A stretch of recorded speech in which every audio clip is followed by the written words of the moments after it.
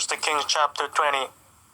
The young officers of the provincial commanders marched out of the city with the army behind them, and each one struck down his opponent. At that, the Arameans fled with the Israelites in pursuit.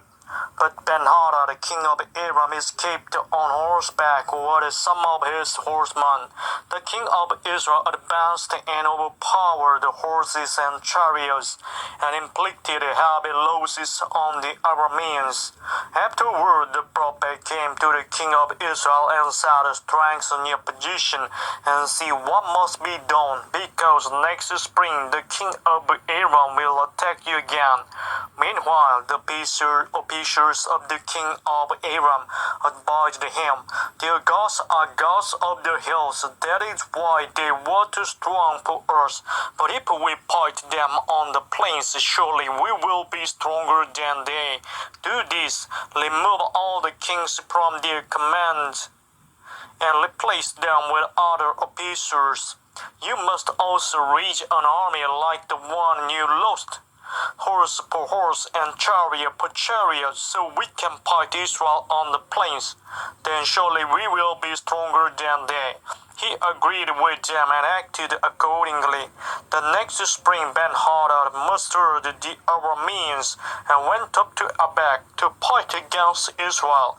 When the Israelites were also mustered and given provisions, they marched out to meet them. The Israelites camped opposite them like two small flocks of goats, while the Arameans covered the countryside.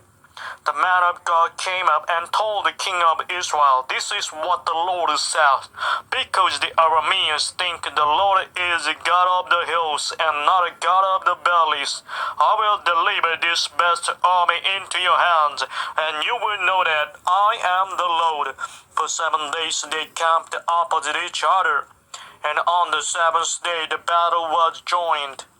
The Israelites inflicted 100,000 casualties on the Aramean foot soldiers in 1 day. The last of them escaped to the city of Abek, where the wall collapsed on 27,000 of them, and Ben-Hadad fled to the city and hid in an inner room. Amen.